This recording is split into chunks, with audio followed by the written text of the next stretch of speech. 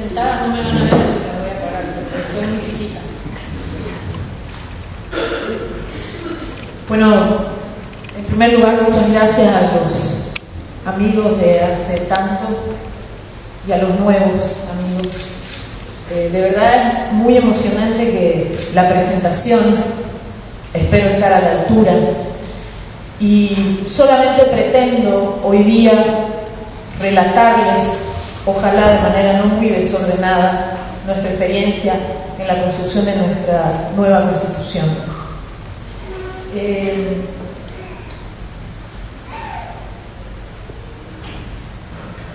Voy a hacer algunas referencias que sitúen el momento en el que se hace realidad la posibilidad de una nueva Constitución para Bolivia. Y voy a dar algunos datos solamente. En el censo del 2001 pareciera que se descubría algo que estuvo presente a lo largo de nuestra historia siempre, pero que nadie lo decía, porque no había que decirlo. Pero el censo del 2001 descubre que Bolivia es un país mayoritariamente indígena, en términos cuantitativos. Y descubre, de repente, que el 62% de la población mayor de 15 años se autoidentifica como indígena. Y muchos quisieron discutir esto, decir, no, pero ya, indígena, todos somos mestizos, ¿cómo indígena? Y entonces, esa definición de la autoidentificación pasa a ser algo central. Es decir, cómo yo me defino a mí mismo o a mí misma. Y no solo descubre que el 62% de la población boliviana se autoidentificaba como indígena, sino que de ese 62%, que implicaba 3,1 millones de bolivianos y bolivianas, 1,7 de esos millones, 1,7 millones de bolivianos que se autoidentificaban como indígenas, ya no estaban en su comunidad, en el área rural, estaban en el área urbana.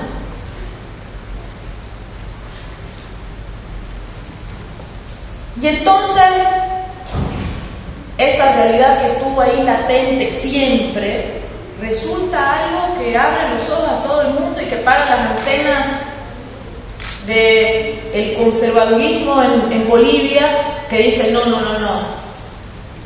estuvo mal hecha la pregunta. Ese es el problema.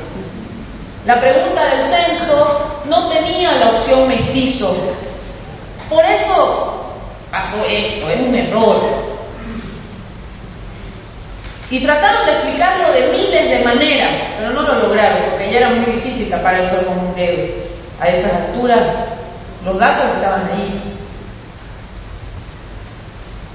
Ese tema se convierte y empieza a generar cuestionantes, respuestas que se iban construyendo además. No respuestas acabadas, completas, respuestas que se iban construyendo. Pero además obliga a la izquierda de todos los tipos, a los partidos políticos de izquierda de todos los tipos, a decir, a ver, un momentito, y esta variable indígena que nosotros no ponemos en los libros y discutimos tanto, ¿qué hacemos?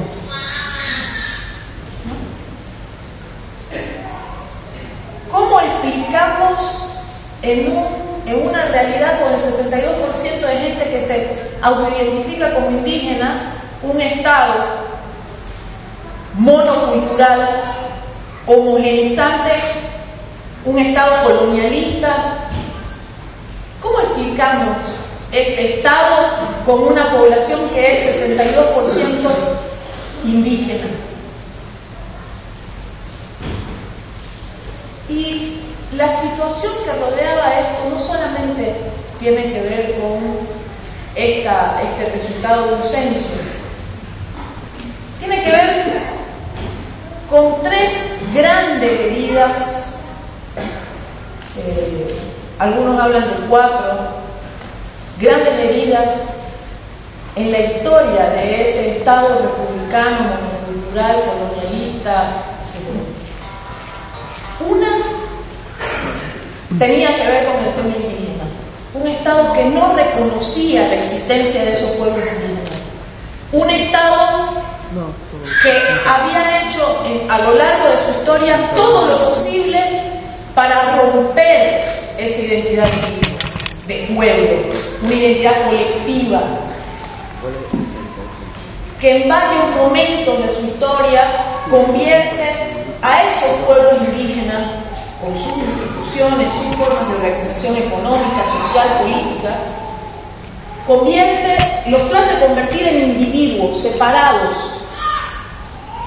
sin una gelatina común, digamos, que es el ser un pueblo indígena. Porque los necesitaba así, individuos. Primero individuos que no existían, que eran iguales que los animales, etcétera, etcétera, que no tenían espíritu y todas las cosas, las barbaridades que hemos escuchado a lo largo de nuestra historia. Pero los requería así individuos. Luego que derechos sí, les vamos a reconocer derechos, pero individuales. Y entonces fragmento a ese pueblo que es una historia en sí misma, que es una cultura, que es un idioma, que es un reconocerse el uno al otro, lo fragmento y lo convierto en individuos campesinos, por ejemplo. Y los identifico no por todas esas cosas que los unen, los identifico por la tarea que realizan, son campesinos. Otros mineros, otros artesanos, pero deja de existir para el Estado, y fue siempre así, el pueblo como pueblo indígena, la nación originaria como nación originaria. Porque fragmentarlos y dividirlos y hacerlos trizas en 1000 pedazos implicaba mejores posibilidades de dominarlos, de destruirlos, de hacerlos desaparecer en lo posible.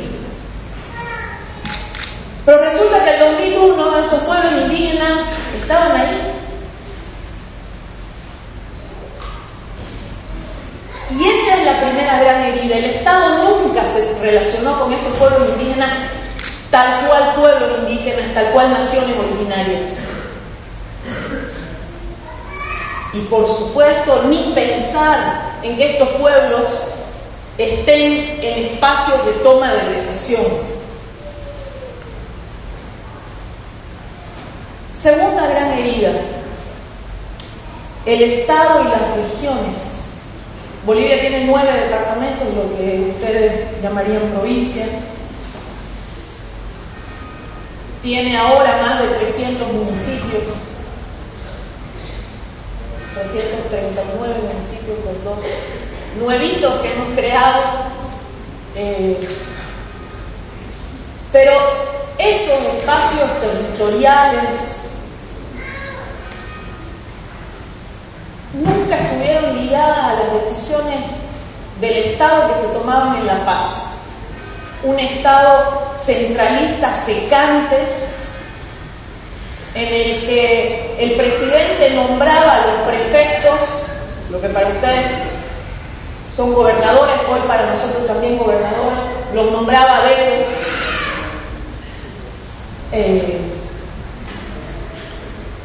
En los que las decisiones que estaban en esa periferia del Estado no interesaban para el centro del Estado. Difícil en un país tan heterogéneo mantener la unidad sin ver la diversidad que había en esas regiones. Y no era un fenómeno de hace 150 años. No. Ahora, el 2000, el 2001, el 2003, el 2004, yo vengo, nací en La Paz, pero viví toda mi vida en Santa Cruz, desde los 2 años. Y el sentimiento de la gente en Santa Cruz era: en La Paz nos toman nuestras decisiones, cuando vamos a La Paz encima tenemos que encorbatarnos, porque en Santa Cruz hace 39 grados todos los días en la sombra. El Campa no está acostumbrado a andar de terno y ser formal, porque no es su forma de ser. Pero cuando tenía que ir a La Paz, lo hablábamos con Fabián alguna vez, cuando el cruceño, ustedes le dicen santacruceño, a mí me suena un poco raro, porque nosotros le decimos solamente cruceño. Cuando el cruceño tenía que ir a regularizar un tema de su cédula de identidad, tenía que viajar hasta La Paz, y entonces tenía que ponerse terno, corbata. A ese nivel de centralismo cercano, todo se resolvía en La Paz. Para el Estado todos éramos una uniformidad, nuestras necesidades, no se veía la diversidad de necesidades, no se veía la diversidad de producción, no se veía nada. Esa una segunda gran medida, la desarticulación del Estado con su región. Y obviamente algo que atraviesa todos nuestros países y no es una característica exclusiva boliviana, la concentración de la riqueza en un pequeño puñado de personas y la imposibilidad de reconocer las diversas formas de economía que se fueron desarrollando en Bolivia, porque en Bolivia la convivencia de estructuras económicas capitalistas con estructuras económicas que correspondían a la colonia se veía todos los días y era algo palpable en cualquier punto del país. Pero la Constitución y el Estado no veía esa realidad. Diseñaba en los últimos 20 años según su modelo neoliberal y punto. Y el resto de las formas de organización económica comunitaria que permanecían en algunas zonas, sobre todo en el área rural, intactas, no existían. Estaban tapadas, eran subterráneas. No le interesaba al Estado darles un peso de apoyo para nada. A ese Estado no le interesaba que hayan campesinos que sigan arando la tierra como hace 200 años. No les interesaba que no existiera la mínima posibilidad de mecanizar esos procesos. Sí, el Estado servía los intereses de un puñadito de gente y punto. ¿Quiénes eran los que ponían en ese momento y sacaban ministros y ministras de Agricultura, de Economía y Finanzas? La oligarquía cruceña. La oligarquía cruceña definía quién era el ministro de Agricultura y nadie se admiraba. Yo, obviamente, si alguno de los nombres que proponían era vetado por la Embajada de Estados Unidos, ese ministro no podía entrar, a pesar de que tenía el apoyo de la oligarquía nacional, pero tenía el veto de la Embajada norteamericana. Ese era el Estado que teníamos nosotros.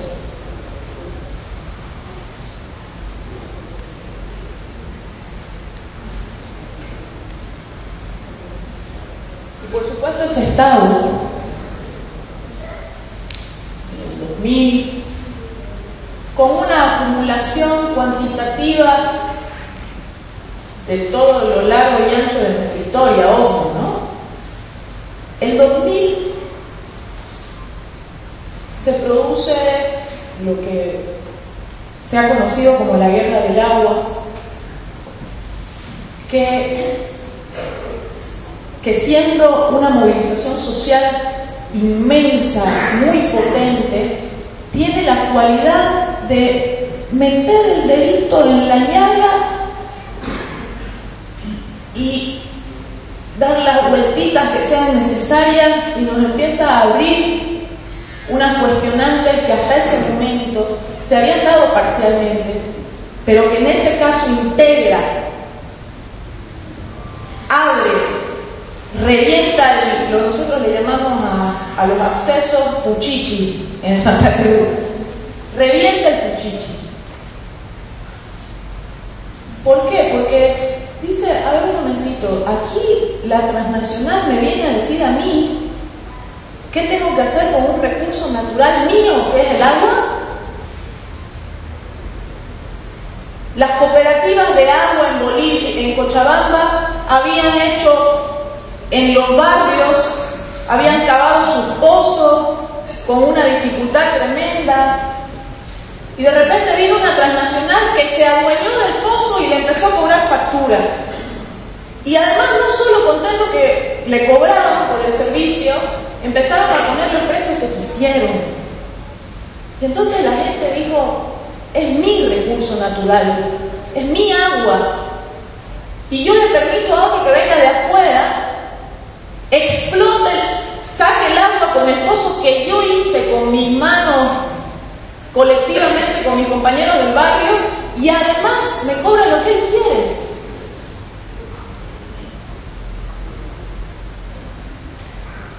Esa movilización social, un hito.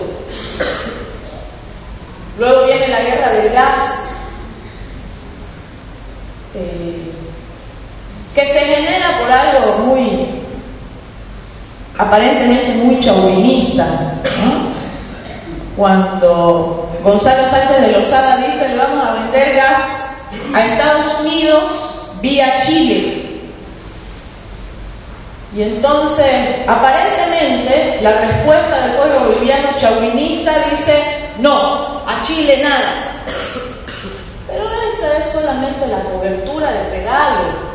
La verdad es que lo que se estaba cuestionando es que nosotros sigamos sacando nuestro gas a través de una empresa transnacional sin recibir ganancias de nuestro propio recurso natural. Otra vez, nosotros recibíamos el 18% y ellos se llevaban el 82%. Y lo que se cuestionaba no era que le estemos vendiendo gas a Estados Unidos vía Chile. Lo que se estaba cuestionando era que la transnacional se lleve el 82% y nosotros nos quedemos con el 18%.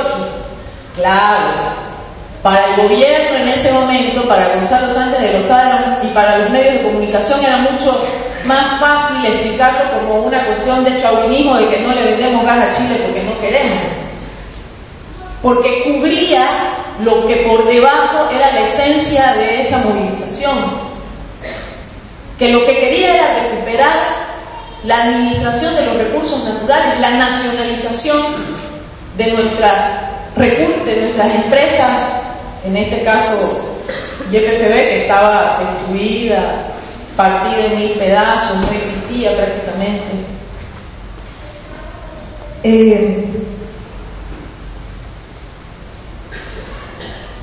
Ese Estado que estaba en absoluta crisis en lo económico, era un Estado tan débil que no podía pagar salarios de sus maestros. Tenían que salir todos los fines de año, como lo ha dicho Cristina alguna vez también, a extender la mano para que les den unas migajas y con eso venían a Bolivia a pagar salarios de maestros, de enfermeras, de médicos, porque no alcanzaban. Un Estado en el que se había privatizado todo. Un Estado que no solamente no podía pagar salarios, no podía cumplir con los más elementales con las más elementales obligaciones del Estado, garantizar educación, salud para la gente, no podía, porque estaba destruido. Igual que en todas partes, en Latinoamérica. Un Estado que en lo político también estaba en crisis, porque los partidos políticos tradicionales habían asumido la democracia como una democracia pactada, donde intercambiaban figuritas y se turnaban en el poder, y listo. Ni siquiera existían, pero ni por asomo, posibilidad de elecciones internas al interior de esos partidos. La democracia era una etiqueta que les servía para sacarlas de vez en cuando a pasear en época electoral y punto. Entonces, la gente dejó de confiar en todas las instituciones del Estado. Ustedes me preguntarán, ¿pero a alguien salvábamos de esa crisis? No. La gente no creía en la justicia, en quienes administraban la justicia. La gente no creía en el órgano ejecutivo, no creía. El Congreso era el peor, porque todo el mundo sabía que para aprobar una ley pasaban maletincitos negros. Esa era la crisis política más profunda que tuvo Bolivia en términos de descrédito hacia la población. En el ámbito social lo mismo, por supuesto, crisis económica, crisis política. Las movilizaciones sociales eran muy fuertes y de gran competencia. Pero paralelamente, mientras en el Estado toda la estantería se venía abajo, en el proceso organizativo de la sociedad era al contrario.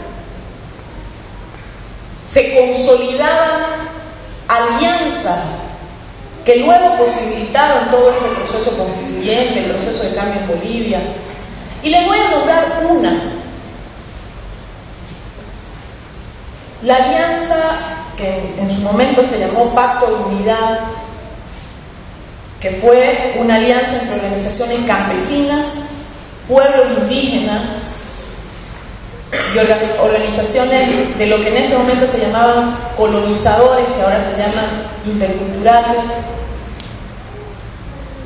Verán ustedes que todos esos son indígenas individualmente, pero estaban fragmentados, porque así se fragmentó a lo largo de la historia de esos pueblos indígenas en nuestro país.